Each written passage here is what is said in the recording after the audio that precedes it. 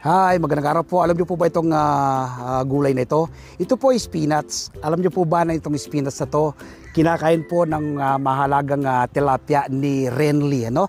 Dito po sa Gomez Integrated Farm. Dito po ito sa Mabalacat, Pampanga. Renly, lapit ka nga dito sa akin. Ito po si Renly sa tabi ko. Ano? Renly, ito bang spinach na to, kinakain ng mga tilapia? Opo. Yan po yung kinakain nila. Hindi po feeds. Hindi feeds. Pag ba inagis natin dito, kakainin nila dyan? Okay, so titignan po natin kung ito ay kakainin nila. No? So yan po, tingnan natin. So yan po, kinain ng mga tilapia. Tingnan po ninyo. So yan po yung mga tilapia. Ayan, alam niyo po, pinagkakaguluhan po yung spinach. Sige, agisan mo pa Renly. Yan. So yun, naglapitan po sila. Tindi, kita niyo po, gulay po ang kinakain ng mga lagang tilapia ni Renly. Renly, itong tubig na to, ito yung pinagtutubig nyo rin sa inyong mga halaman, ano? Ito po yung pinagdidilig. Okay, ano to? Fresh water ito? Fresh water. Okay. Kahit ba may, ano ito, pwede natin agis yan? Sige na, tingnan natin. Ayan.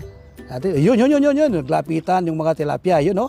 Kinain po yung spinach. Bukod ba sa spinach, Renly, ano bang paborito pa ng mga tilapia gulay?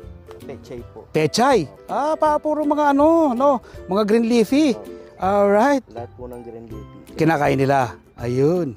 So yan nakita nyo po yung mga tilapia ni Renly. Renly, pag ganito kalawak, ilang tilapia ang pwedeng mailagay rito?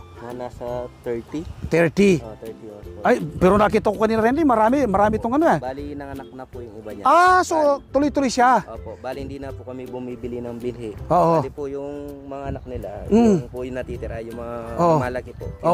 Pang-ulam lang naman. Ano? So libre na yung pang-ulam na tilapia.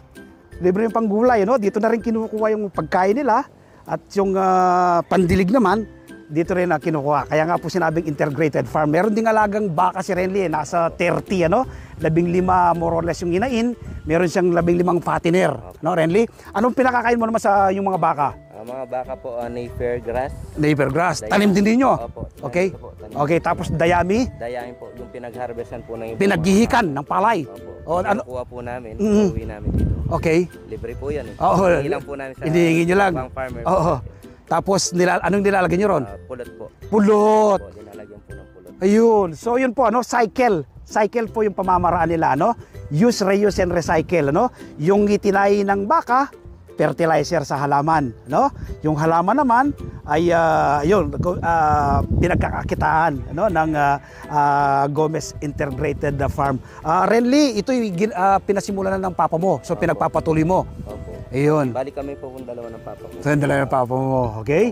Okay, Renly, pagtulong-tulungan natin yung gardening, yung farming, nang sa ganun na hindi magutom ng ating mga kababayan. Bigyan mo ng idea paano ang sikreto mo kaya mo na maintain ng ganito yung farm mo.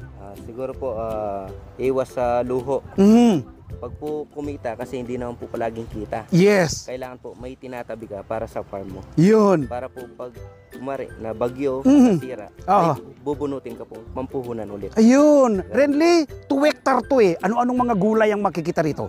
Tanim mo? Pechay, spinach, kale, at saka spring onion, basil, kangkong. Kumpleto ka. Opo. Meron kang papaya din, saging. Saging. Kumpletos ricados po dito po sa Gomez Integrated Farm. Dito lang po yan sa Mabalacat, Pampanga. Nawa po mula ngayong araw na mapanood nyo ako, gayain po natin si Renly, gayain nyo pong Bagsak Reporter, gayain nyo po si Alex Laiso na pinsan ko na isa po sa nagpapalaganap ng organic farming dito po sa Pampanga. Happy farming po and God bless.